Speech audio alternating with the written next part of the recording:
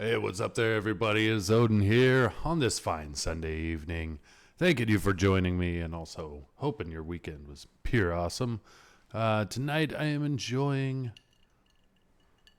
cranberry vodka because I gotta someday get through all of this Crystal Head vodka. We're making a dent. I don't particularly like vodka. I love the taste of whiskey. Vodka, not so much, so that's why I mix it with cranberry juice. It's also good for your kidneys, as I hear.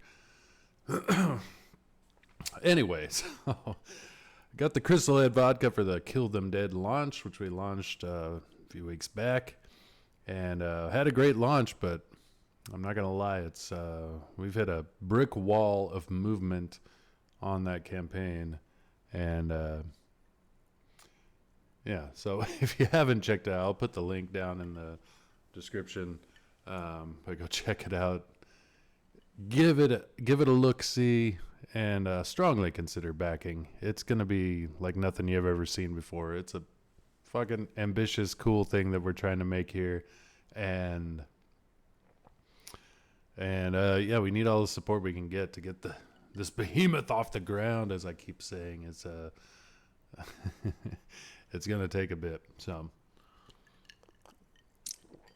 outside of, like I've said many times, dipping into my own funds to make it happen, which I'll do because I don't like disappointing. I also want to make it happen, but at some point I'm like, they say make the thing that you would want. I've heard that before. I don't know whoever they are. Somebody said that. I think I've heard that somewhere. Make the thing that you would want to buy and find your audience. Maybe we just haven't found our audience. I don't know. I don't know if there is an audience, but yeah. And I really do know my shortcomings for salesmanship and selling what I do and what I'm investing in. I'm just horrible at sales. I feel like a whore when I do it, and that's not a joke. I mean, that's an actual thing. I do feel that way, and like a dirty used car salesman. Like when I do start shilling hard, I just feel gross, and I hate it's just my personality. Not a big self-promoter. I don't know what it is. Well, I know what it is. It's the same reason why I hate rap music.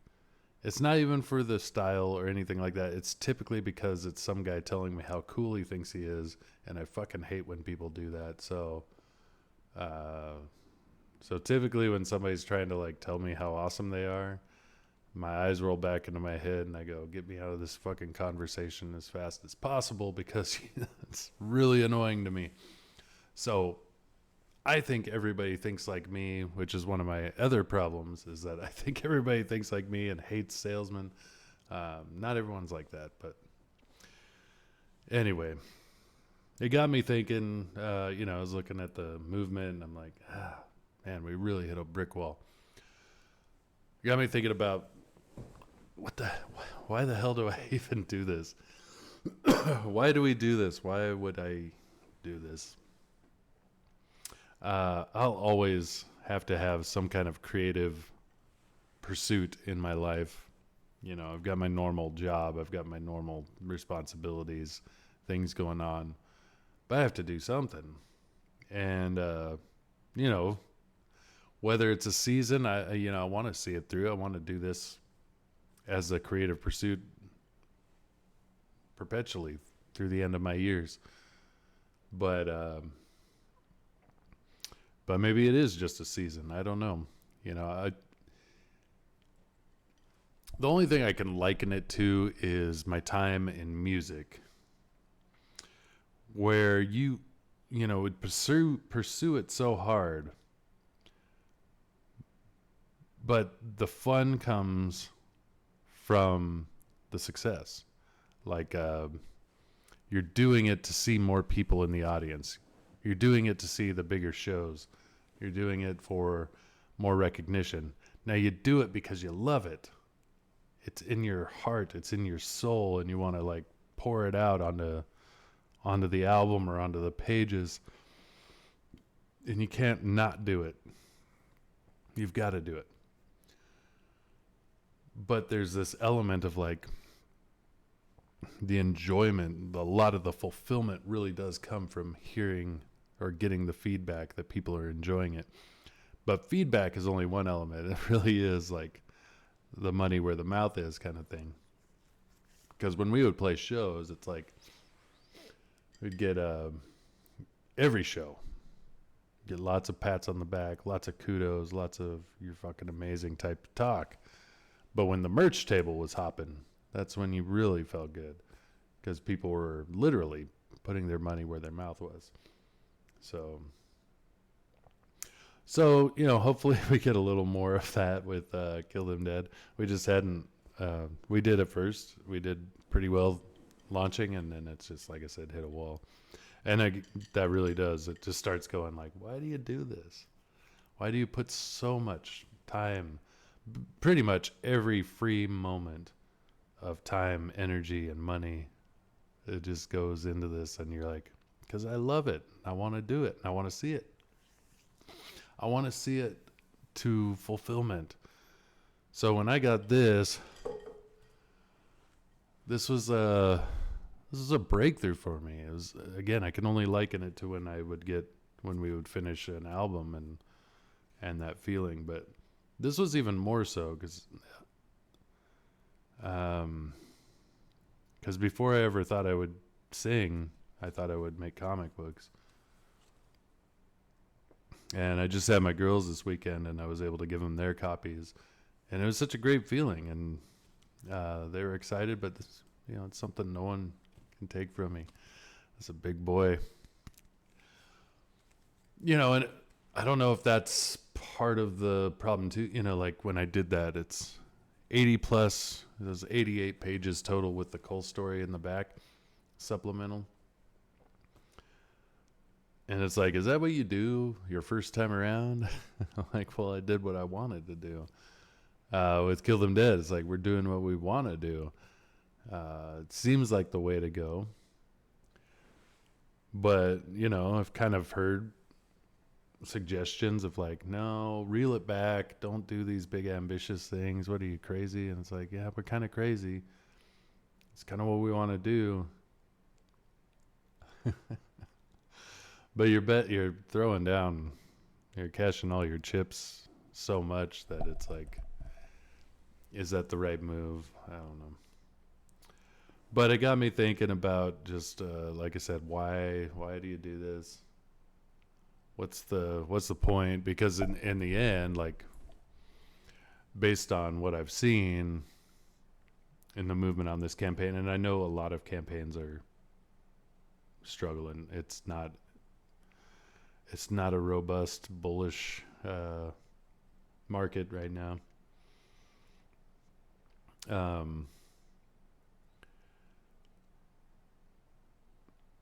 But that said, I'm like, to make this happen, it's going to cost us a lot more than we're ever going to come close to making.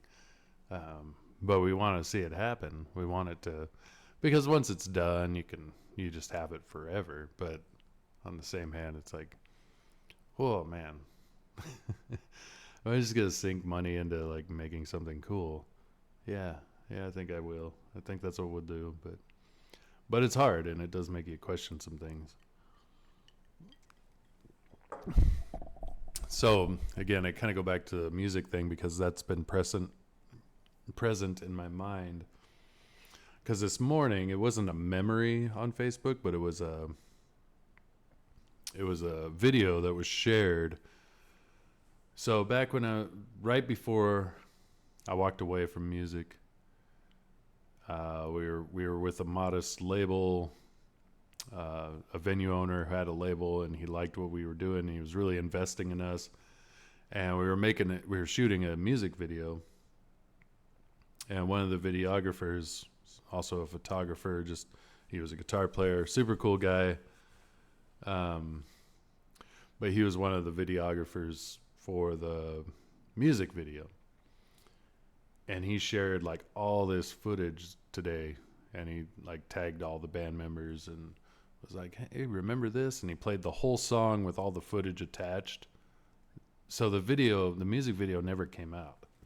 I walked away, and everything just stopped after that, and a lot of a lot of people not happy about how that happened and all that, but he had all that footage. He shared it, and that was like 2015. So like 8 years ago. It's crazy to think how long ago that was. Um, but just watching that, I was just reminded of that season in my life where it was every bit of energy and every free moment was spent pursuing and every bit of money and just pursuing it so hard, and thousands of hours rehearsing, writing, driving to venues, playing shows, hobnobbing with venue owners, just thousands of hours of doing all that, pouring yourself into it.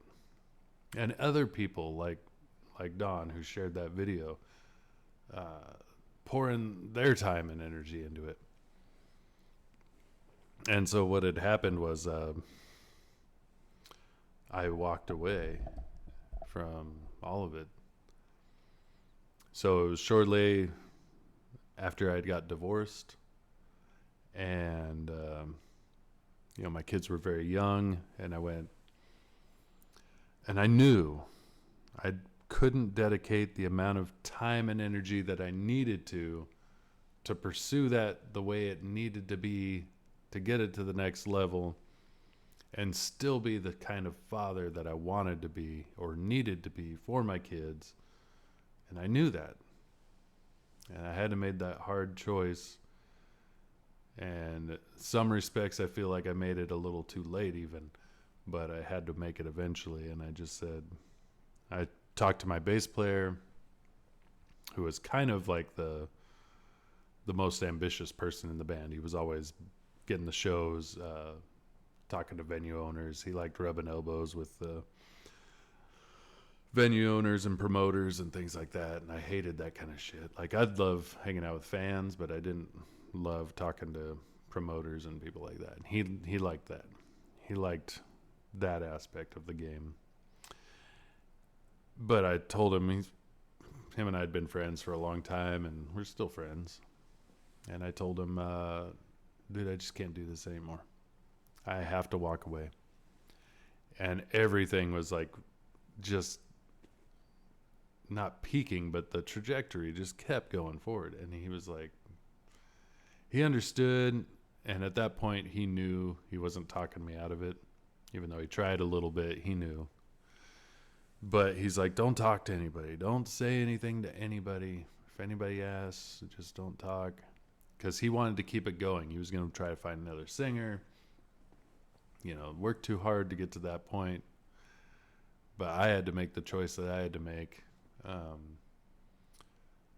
But I told him, I said, if I don't talk to anybody about it, I'm just going to turn my back and walk away. I'm going to walk away and never look back. And that's what I did. I mean, I literally stayed off of social media for 3 years. I didn't go on there. I just hung out with my kids. I focused on them, and no outside distractions. I wasn't working on, I was not drawing even that much. I was just hyper focused on my kids. And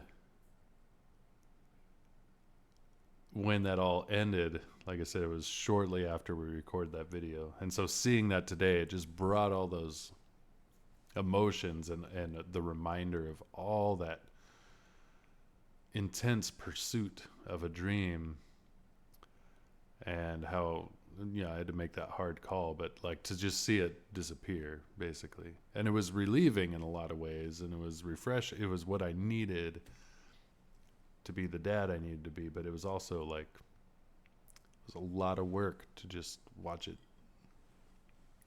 end. So anyway, all that just got me contemplative about my creative pursuits and uh, what's become of them. Now, again, like I have something for my kids, like so they got their copies of Shove, and it was really cool to give those to my girls. And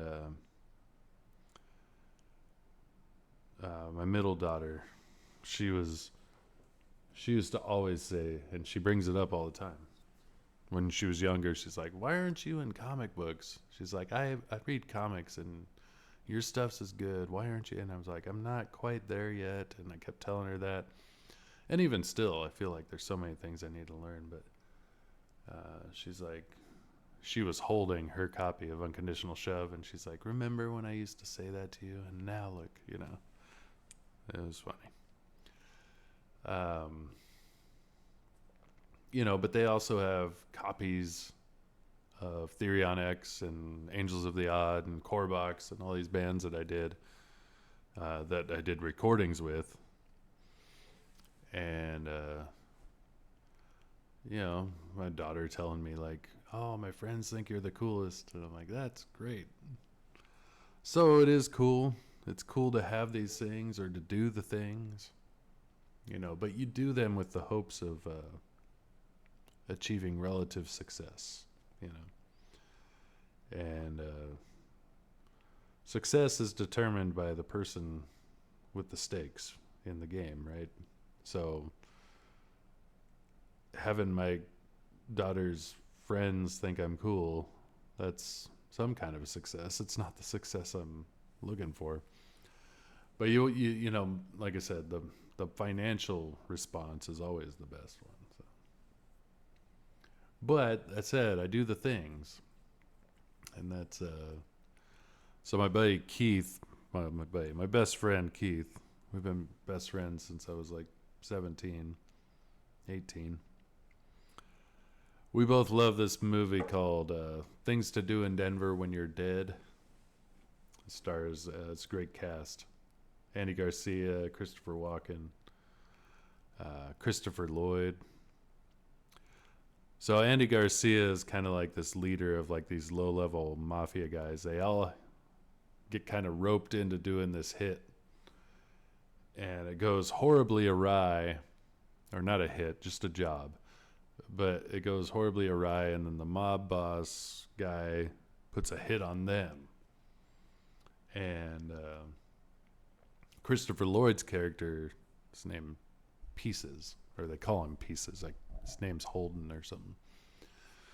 But they call him Pieces because he's got like some kind of leprosy or something. His phalanges and appendages are falling off.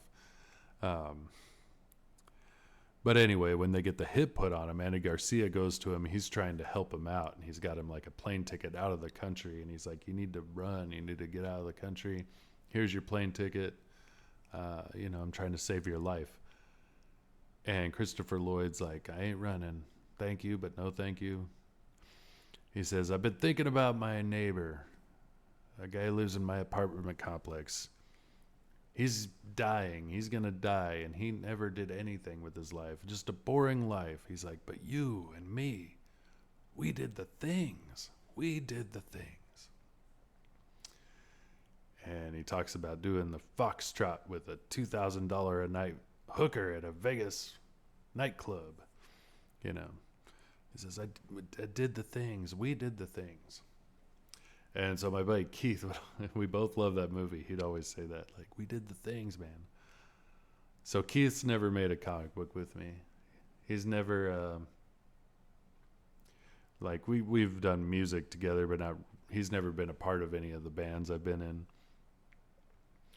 But he's been my best friend for a long time, and we did the things, man. Like, him and I have so many crazy experiences and things we've done. Things we've experienced, crazy things that we've just by our nature did and had happen to us. And so he would always say that we did the things, or he would say, like, if we were about to do something crazy, he's like, "We got to do this so we can say we did the things."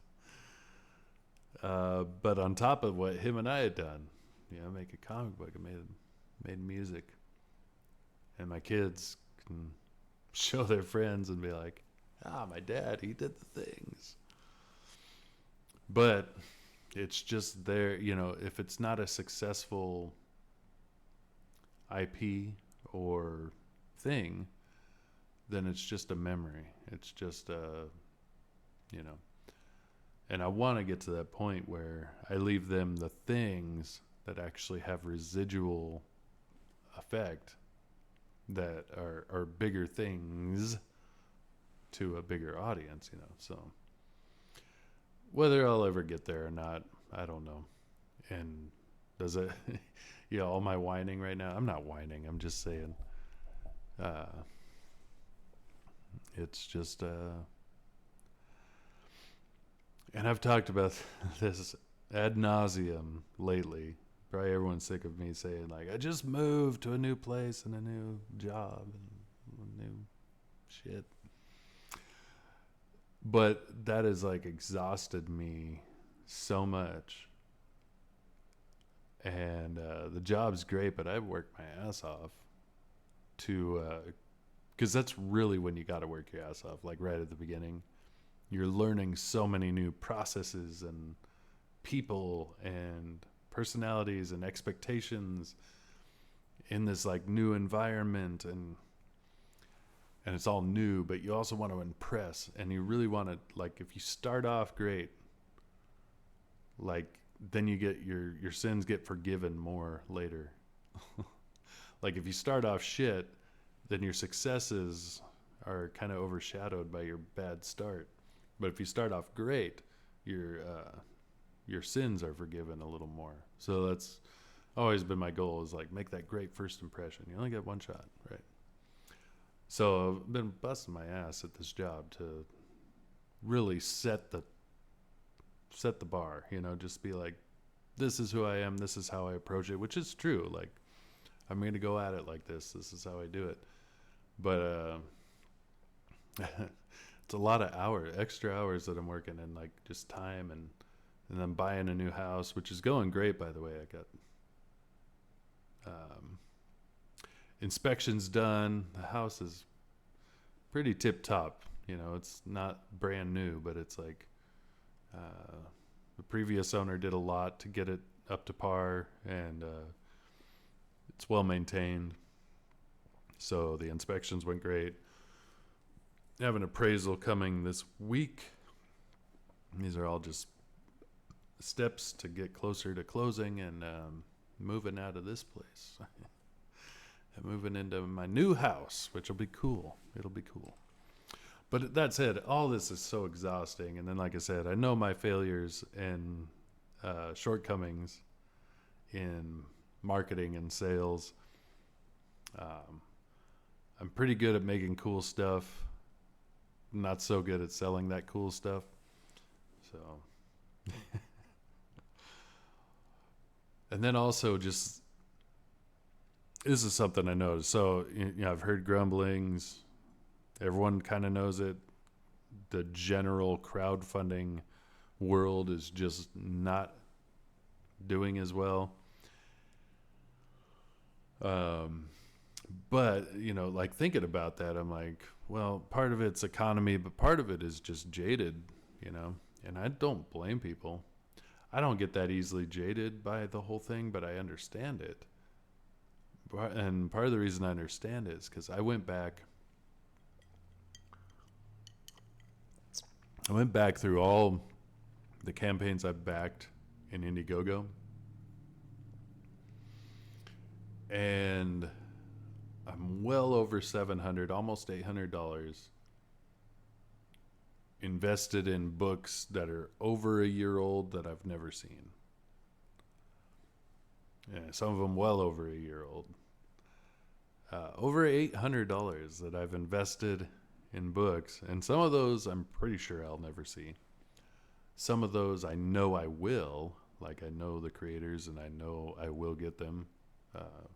They're just taking longer or whatever. And then the rest are like, I don't know, I hope so, but it's a lot of money to just have poured into something that you have no control over. You're just hoping. And hoping you get to see it, a return on that investment.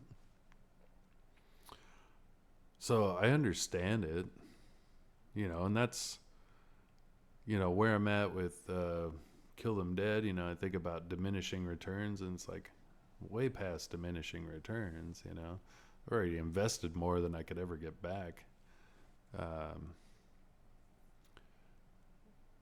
But that's the game. You're going to do that because it's a labor of love.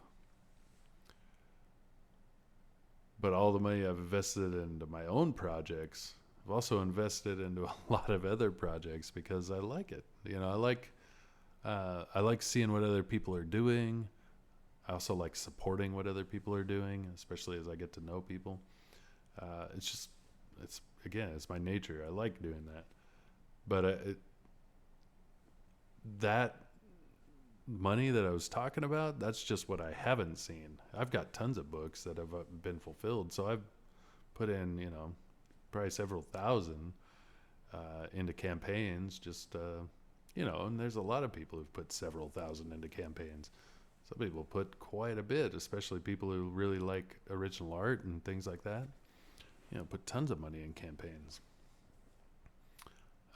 Which is great. Those people are obviously awesome, like to somebody like myself.